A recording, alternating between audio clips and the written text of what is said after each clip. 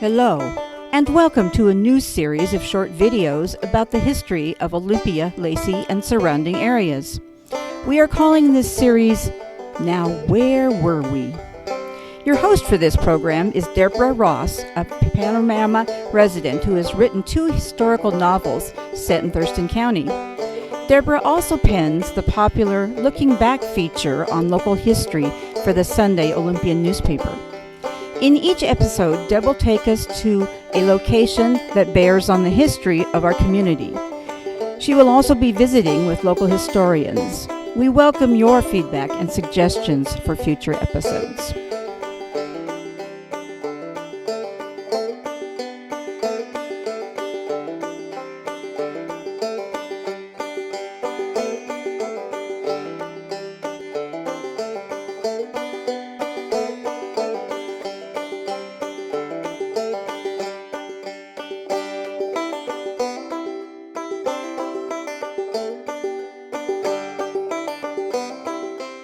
Hello and welcome to the first of what we hope to be a series of short videos about the history of Olympia and Lacey and surrounding areas. My name is Deborah Ross and I'm standing on the shores of Budd Inlet in Priest Point Park in Northeast Olympia. It's a great place to start our journey because it has a long history of settlement from Native Americans on through Europeans that settled here. In very early days, over the last several hundred years, pretty much every flat area on Puget Sound and in the Deschutes River was settled by small groups of Native Americans, primarily members of the Squaxin tribe.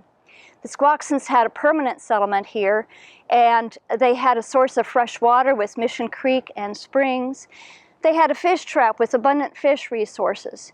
And early settlers report that there was a cemetery here in which the Native Americans would bury their dead in trees. We can see some evidence still of Native American settlements if we go just a few feet inland from the shore. I'm going to take you to a shellfish midden that was developed by the Squaxins over many, many years of settlement here.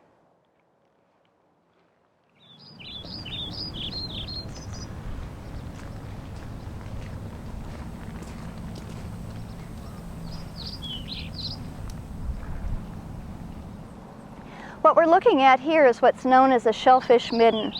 It's a pile of shellfish that was built up over maybe hundreds of years by Native American settlers who lived here or gathered here at gatherings.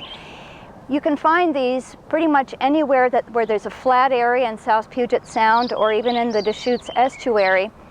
And it's easy to see if you dig just a little bit below the surface that it's made up primarily of broken pieces of shell from a feast that the Native Americans used to have here over the years when they gathered.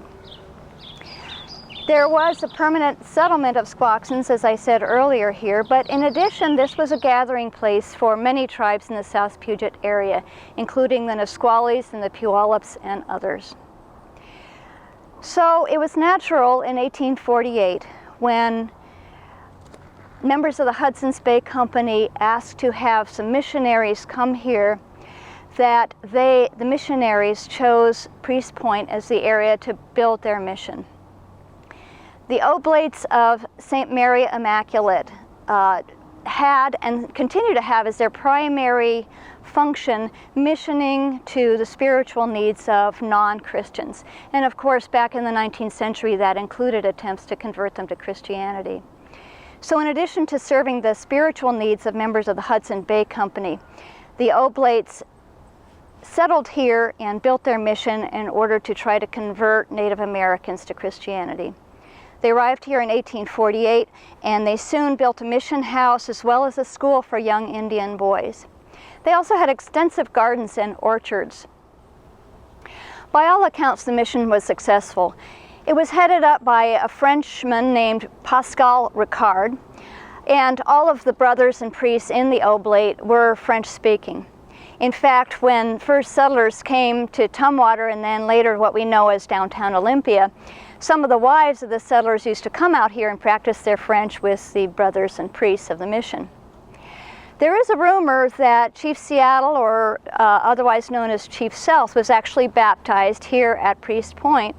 He was baptized with the name Noah South, and that's the name under which he was buried.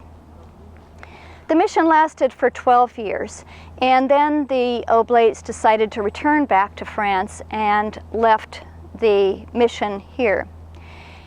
It was unoccupied for several years, although there were squatters from time to time over the next 30 years of the existence of the settlement here. The orchards and the gardens fell into disrepair. There were people living here from time to time, and it was a very popular picnic area for the growing population of Olympia and Tumwater and surrounding areas. Around 1890, they decided something needed to be done about the property. So the plan was that they were going to divide it up and sell it off in parcels to new residents here. About that time, a group of far-sighted businessmen in Olympia decided that Olympia needed a park. This was the time that many communities were building public parks and developing them for picnic and recreation. And so over the next 10 or 15 years, these businessmen acquired the property that we now know as Priest Point Park.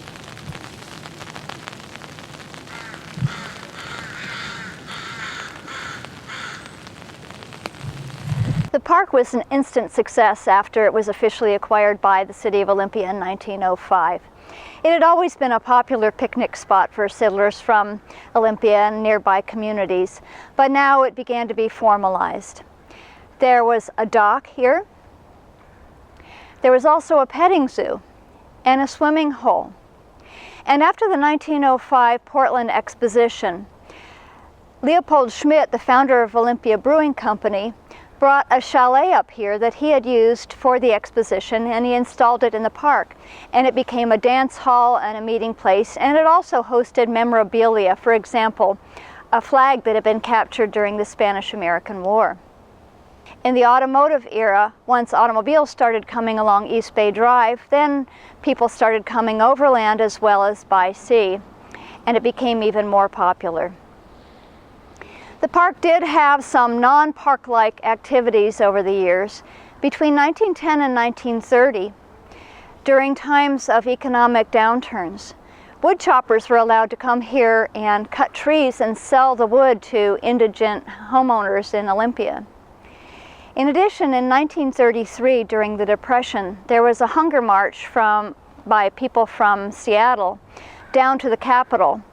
And a group of vigilantes supported by the Thurston County Sheriff hauled the hunger marchers here to Priest Point Park, where they were required to stay for several days with no shelter or any food until they were brought back to Seattle, where most of them were living. But with those exceptions, Priest Point Park has by and large been a place of recreation and fun and relaxation for the families of Olympia and surrounding areas. We now have miles of walking trails. We no longer have a swimming hole or a zoo, but we do have a beautifully maintained rose garden, as well as the popular two-person swings that are established throughout the park. So I hope that you do take advantage of the great amenities that this park has to offer, and when you do come here, that you keep an eye and ear out for the echoes of the people who have lived here and recreated here for hundreds of years. Thank you, and look forward to seeing you the next time. I'm Deborah Ross.